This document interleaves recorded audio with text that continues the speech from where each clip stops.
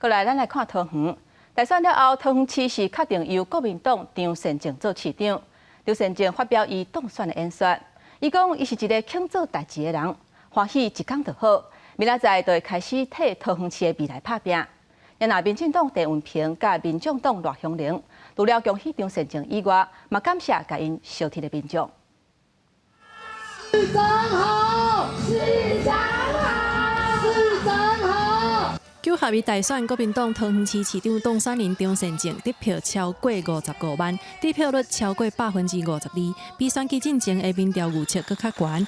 张善政表示，家己本身就是一个做代志的人，选举是一时的，明仔载开始会骨力为桃园拍拼。我会把胜选的喜悦只留在今天这一个晚上就好，和大家一起分享。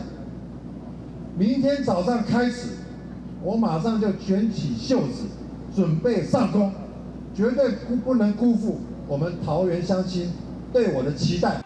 另外一名民进党的陈文平得到42万外票，爬上台顶发表败选的演说，伊恭喜张善政拼赢这场选举，嘛诚心感谢乡亲的支持，接受桃园市民的选择。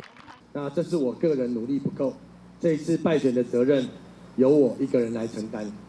要感谢各位市民朋友，所有的辅选团队，更感谢郑文灿市长以及所有的桃园队，在这段时间给我最大的支持。桃园第三势力民众党的赖香玲干那5万外票，针对家己这届的表现表示，小党的资源有限，大家拢已经尽力，感谢市民朋友对伊的支持。我对于这样的票数，我很谢谢大家们哈，都把这个这么美好的参政经验献给我哈。小党的资源下，得票数字虽然不是很好，那也尽力了哈。那很谢谢投票给我的市民朋友们。